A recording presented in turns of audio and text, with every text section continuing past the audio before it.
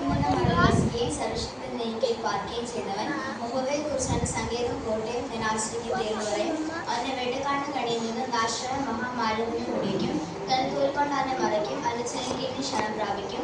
അതിന്റെ വിശ്വസ്തത നിനക്ക് പരിചയം പലകയുമാവുന്നു. രാത്രിയിലെ ഭയത്തെയും പൽപ്പറത്തെ നഷ്ടത്തെയും വീട്ടിൽ സഞ്ചരിക്കുന്ന മഹാമാരിയെയും ഉച്ചയ്ക്ക് നശിപ്പിക്കുന്ന സംഹാരത്തെ നിനക്ക് പേടിപ്പാനില്ല. നിന്റെ വശത്ത് 1000 പേരും നിന്റെ വലതുവശത്ത് 10,000 പേരും വീഴും, എങ്കിലും അതിനോട് അടുത്ത് വരികയില്ല. നിന്റെ കണ്ണുകൊണ്ട് നോക്കി ദുഷ്ടമാക്കുന്ന പ്രതിഫലം കാണും. യഹോവേ, നീ എന്റെ സങ്കേതമാവുന്നു. നീ എന്റെ വാസസ്ഥലമാക്കിയിരിക്കുന്നു. ഒരു അനർത്ഥം നിനക്ക് ഭവിക്കുകയില്ല, ഒരു ബാധ നിനക്ക് നടക്കില്ല. നിന്റെ എല്ലാ വഴികളും അവനെ കാക്കേണ്ടതിന് അവനെക്കുറിച്ച് എന്റെ ദൂതമായിട്ട് കൽപ്പിക്കും.